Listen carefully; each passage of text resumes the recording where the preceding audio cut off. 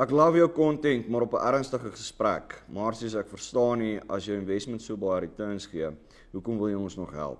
Leen 20 miljoen by die bank, belê dit in jou trading en in 2 jaar is jy skatryk en tree af op die strand in Brazil en drink whisky elke dag en vang vis. Lekker my vriend, ek het dit al probeer om whisky elke dag te drink en om elke dag niks te doen nie en dit werk nie lekker uit nie.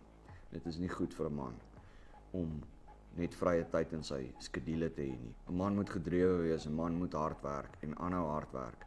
Anders is daar nie 'n doel nie. Maar ek moet vir jou sê, partykeer wonder ek ook hoekom hou ek aan doen wat ek doen. Maar dan herinner my kliënte my wat actually waarde uit my coaching uitkry, wat waarde kry uit die produkte wat ek geskep het. Ek daag op vir ander mense want dit is lekker.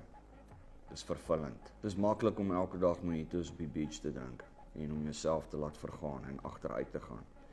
Dis baie moeilik om aanhoudend op te daag vir jouself en vir ander mense.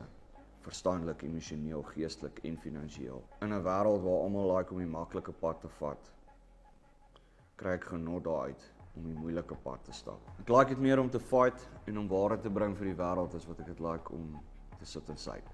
Be blessed.